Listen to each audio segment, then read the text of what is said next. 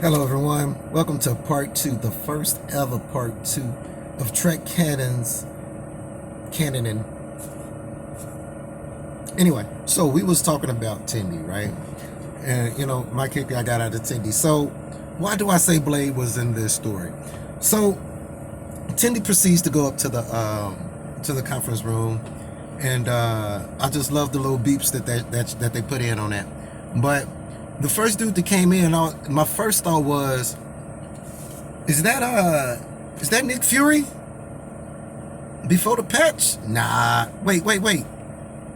He looked just like Blade. Blade, salt vampire on the ship. Blade, salt vampire on the ship.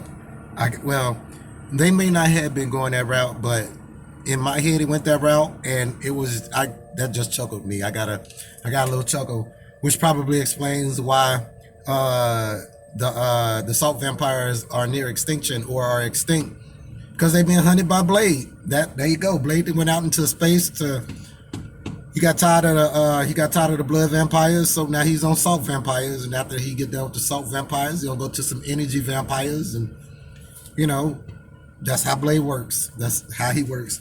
So yeah, so we was talking about Tendi, man, that story right there. Let me see. The language. Come on, man. Come on. We keep talking about the language.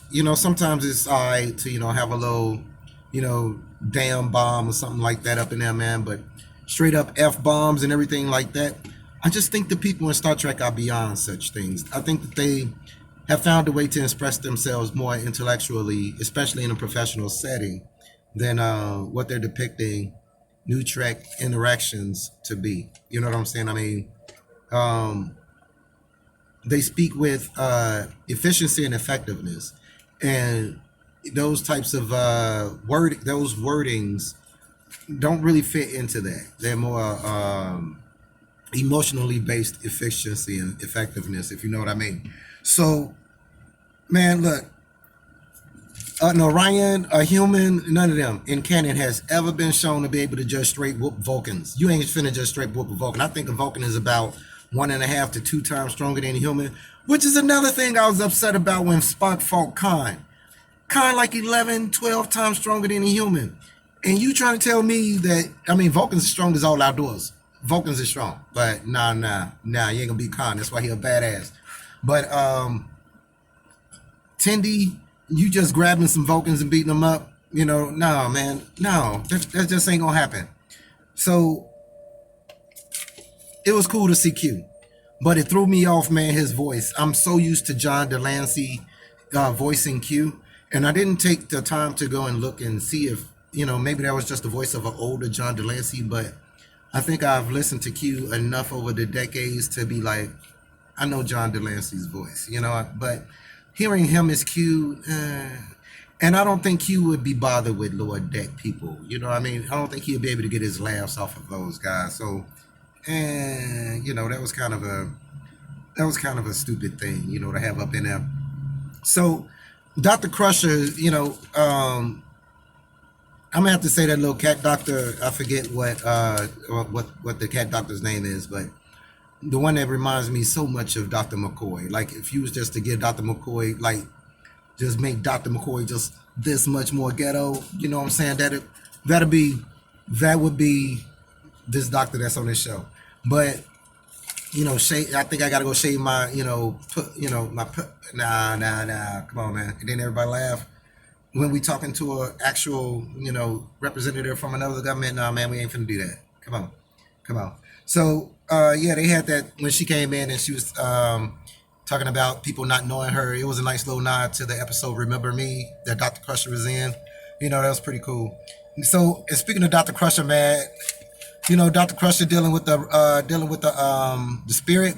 I don't know how some lower deck people would know that. Just like Captain Picard had tested that one lady in that one instant that was pretending to be trapped with them inside that little jail that those aliens put Picard in, and he tested her by saying, "Hey, man, you should know that. That's how I know that you on some BS, because you shouldn't know this." You know what I'm saying? There's some things that Tendi knew that she should know. You know what I mean? So I think that ghost sex thing was one of them. I don't see why that would make it into a log that, normal lower deck people would have access to. You know, Borma calling the whole trial, a drumhead, a sham drumhead. Come on. Awesome. The original series drumhead about that whole episode, about the whole trial and how that was a sham. So that was cool. But the ending was so stupid.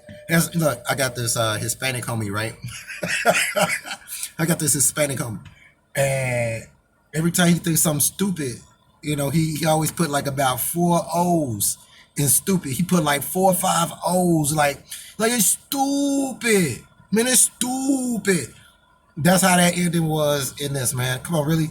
Q just following them around, man, talking about, oh yeah, Picard only quotes Shakespeare. Get the fuck out of here. Excuse my Hungarian. My Swahili slipped out. But nah, man, no, that was stupid. So this episode in ending, this episode really took me back to the first and second, the quality of like the first and second episode, quoting tidbits from the series, from the canon, is nice, but you can't make an entire episode based on that. Again, Star Trek is about deeper understanding of space and of self. Sometimes both. Okay.